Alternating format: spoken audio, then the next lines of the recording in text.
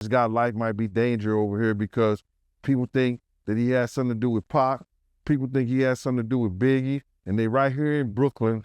50 Cent just dropped shocking new footage showing Diddy looking completely terrified behind bars, and the internet is losing its mind. Everyone was saying Diddy was living like a king in prison, sipping wine and giving business lessons to other inmates. But this new clip paints a totally different picture. Good arguments, if you want to call it, but it's bullshit.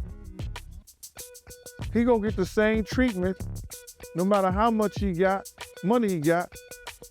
It looks like Diddy's got serious enemies inside, and word on the street is that some folks connected to Tupac's circle might be coming for him. This twist has fans in disbelief. For decades, the deaths of Tupac Shakur and Christopher the Notorious B.I.G. have hung over hip-hop like a dark cloud. Diddy has always denied any link to what happened, but now this footage has everyone talking again, like old wounds being ripped wide open. Yo, we don't talk about things that are nonsense. We don't even entertain nonsense, my brother. So we're not even going to go there, with all due respect, but I appreciate you as a journalist asking. Thank you. Let's not forget, Tupac was gunned down in a drive-by in Las Vegas on September 7, 1996, and fought for his life for 6 long days before passing away at just 25. Then only 6 months later, Biggie was murdered in the same cold-blooded way in Los Angeles on March 9, 1997. The streets never forgot, and now people are wondering if the past is finally catching up to Diddy. 2 rap legends were taken from the world back to back during one of the hottest moments in music history, the East Coast versus West Coast feud. It wasn't just about beats or rhymes, it was about respect, loyalty, and deep-rooted tension that ran through the entire hip-hop game. To Vegas. You know what I'm saying? He said he paid for people to drive out of Vegas. I was heavily with Bad Boy at that time.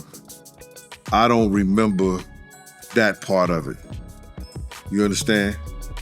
Diddy, being Biggie's close friend, producer, and the boss of Bad Boy Records, stood tall and proud for the East Coast, repping his side like a soldier in a war that never seemed to end. But over the years, Diddy's name just wouldn't disappear from the whispers surrounding both murders. The Netflix docuseries, Sean Combs' The Reckoning, which dropped on December 2nd, brought all that drama roaring back into the public eye. People in the series made bold claims, some even saying Diddy had a hand in what went down. One shocking moment came when Bad Boy co-founder Kirk Burrows said straight up in the documentary, "I think that Sean had a lot to do with the death of Tupac, and he ushered Biggie to his death." That line alone had the internet on fire. They consider a pre-existing beef, right? For 20 years, right? It's me being uncomfortable with him suggesting that he takes me shopping, or I looked at it like it was like a tester. Like, maybe you'll come play with me type of, right? And it's not personal. If Sean Combs watches this, what do you think he's gonna feel? Like, wow, this is amazing. I think he's gonna say this is the best documentary I've seen in a long time. The truth is, the tension between Diddy and Tupac didn't come out of nowhere. Early in their careers, they crossed paths in the same tight music circles, showing love and respect, until everything flipped on November 30th, 1994. That night, Tupac pulled up to Quad Studios in New York City to record a verse for Diddy's artist, Lil Sean, and that's when everything started to spiral. Instead of laying down a verse that night, Tupac got ambushed, robbed, and shot 5 times right in the lobby of Quad Studios. He barely made it out alive, but after that, something inside him changed forever. His trust in both Diddy and Biggie was completely broken, and that moment drew a permanent line in the sand between them. In a 1996 interview with Vibe magazine, Tupac was straight up asked if he thought Diddy had anything to do with the setup. That question hung heavy, and his answer fueled even more tension across the hip-hop world. The Quad Studios shooting was never officially solved, but ex-Bad Boy bodyguard Gene Deal came forward with a wild claim, saying Diddy already knew Tupac was going to be shot and just let it happen. That accusation sent chills through fans who thought they'd heard it all. Here it is, the first videos of Diddy in prison at Fort Dix. I mean, how do they keep getting this stuff? And how much are they paying these other inmates to send them videos of Diddy? This is wild. Apparently, Diddy was working. Diddy helps give movies and religious materials to other inmates. Gene also pointed out how this story lines up perfectly with what Kirk Burrow had already claimed, that Diddy might have been pulling strings behind the scenes. And if money was at the center of it all, Gene insists Kirk would have known exactly where that cash came from. Now, most of the people involved in this drama are long gone, but as Gene chillingly put it, money leaves a trail, and trails don't die. If the truth ever does come out, it could shake the entire foundation of hip-hop history. Gene says the truth isn't buried, it's sitting right there in old records, checks, and money trails just waiting to be followed. Nearly 2 years after the Quiet Studios ambush, the streets were rocked again by the Las Vegas shooting that took Tupac's life.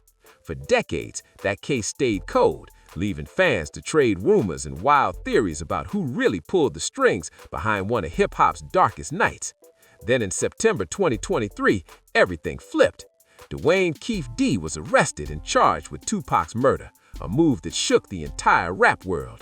Prosecutors said he played a direct role in the hit, but what came next was even crazier. In July 2024, a court filing revealed a never-before-seen police interview from 1909, where Keefe D allegedly broke it all down, describing his own involvement in the killing and dropping Diddy's name multiple times. He reportedly claimed Diddy was the one who ordered the hit. According to Keefe D, Diddy was heated over Tupac's constant public insults and wanted it handled fast. Reports from the DEA and the U.S. Department of Justice even referenced a 1998 interview where Keefe D claimed Diddy said he needed to get rid of Mary and Suge Knight and Tupac, allegedly offering $1 million payout to make it happen. That statement had everyone's jaws on the floor. DJing for Big.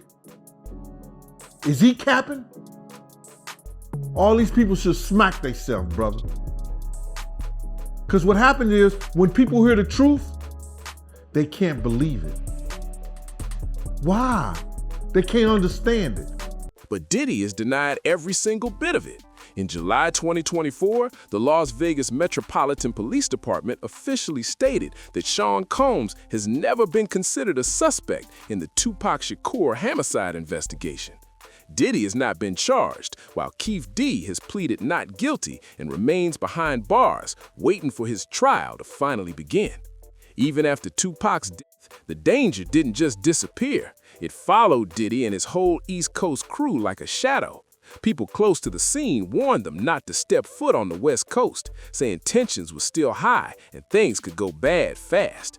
But Diddy kept pushing forward, determined to promote Biggie's upcoming album no matter what. Biggie reportedly didn't even want to go, but Sean convinced him it was the right move, the same kind of pressure that Kirk Burrow talked about in Sean Combs' The Reckoning. According to Burrow, it was too much, and he believed that trip should have never happened. Gene Deal backed that up too, revealing that Clark Kent, who was tight with Biggie and respected in the industry, even questioned why Biggie was going out that night in the first place. Biggie was supposed to be traveling, not partying, but when Clark asked what was going on, Biggie told him straight up that the Peterson Museum event was set up by Puffy and someone else. Gene didn't even learn that detail until Clark went public about it years later, and it still hit him hard. What hurts Gene the most is what happened before that night even began. He begged for more security, saying it didn't feel safe, but his response was shut down. Gene says he pushed hard for protection, and the response he got from Puffy was cold. There wasn't enough money. That one decision haunts him to this day. Later in the docuseries, former LAPD detective Greg Kading came forward and said he believed Diddy didn't make things better. He actually made the entire investigation harder. The deeper they dug, the messier everything seemed to get. Witnesses at the scene said Biggie's shooter was a black man, dressed sharply in a blue tuxedo with a bow tie, a detail that's haunted the case for decades. Yet, despite countless investigations and theories, no one has ever been arrested or charged in connection with Biggie's murder. Both his and Tupac's killings remain officially unsolved, leaving fans still searching for answers. But now, that might finally be changing. Rumors are heating up again as more and more connections start surfacing linking Diddy to Tupac's death. The streets and the internet are buzzing, and insiders say there's way more beneath the surface than people ever knew. Kirk Burrow revealed that the tension between Diddy and Tupac's circles was already brewing long before that night at Quiet Studios. Trust was barely hanging on, egos were clashing, And behind the smiles, the industry was filled with silent rivalries waiting to explode. When Tupac was robbed and inside the building, Burrow said the fallout hit both camps fast, and nothing was ever the same. Burrow even shared that Tupac personally warned him things had gone beyond music now, that it was getting real. He said Pac's letter carried a cold, chilling message that made it clear the game had changed forever. Tupac was convinced it was all-out war with Puffy and Biggie. There was no doubt in his voice, no confusion in his message. In Pac's mind, what went down at Quad Studios changed everything forever. That night drew a hard line, and from then on, there was no turning back. From Kirk Burrow's point of view, that single moment was the real spark, the one that kicked off the feud before the world even realized how deep it ran. Things started spiraling way before the violence that later shook hip-hop to its core. Meanwhile, Chopper didn't hold back his own thoughts. He flat out believes Diddy had a major hand in Tupac's. He claimed Diddy's anger toward Pac wasn't just industry beef, it was personal. Chopper said you could feel that hate in every move Diddy made, and to him, that said everything. That's exactly why Chopper says Diddy's hate for Tupac felt so heavy. It wasn't about competition, charts, or clout.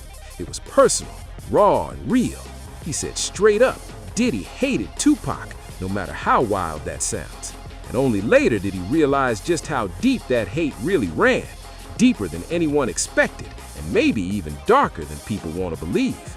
Now word on the streets is 50 Cent's the one allegedly leaking all this new footage to TMZ and other major outlets, stirring the pot even more.